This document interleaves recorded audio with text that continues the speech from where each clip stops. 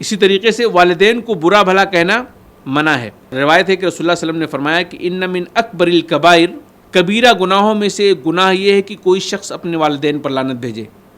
آپ سے پوچھا گیا کہ کیا کوئی اپنے والدین پر بھی لعنت بھیجتا ہے؟ تو آپ نے فرمایا کہ وہ کسی کے باپ کو گالیاں دیتا ہے تو اس کے نتیجے میں وہ اس کے باپ کو گالیاں دیتا ہے، اور وہ کسی کی ماں کو گالیاں دیتا ہے تو اس کی ماں کو گالیاں دیتا ہے۔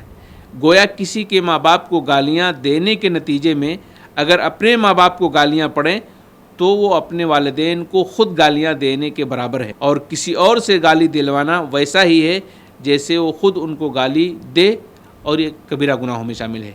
یعنی والدین کو برا بھلا کہنا، والدین کو برا بھلا کہنے کی کیا شکل بیان کی گئی؟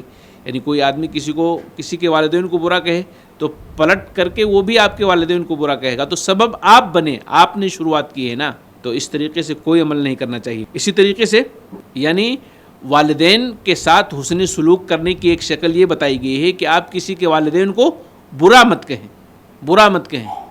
اگر آپ برا کہیں گے تو پلٹ کر کے وہ بھی آپ کے والدین کو برا کہے گا، اور اگر آپ کسی کے والدین کی عزت کریں گے، اس کو برا نہیں کہیں گے، تو بدلے میں وہ آپ کے بھی والدین کو کی عزت کرے گا اور ان کو برا نہیں کہے گا۔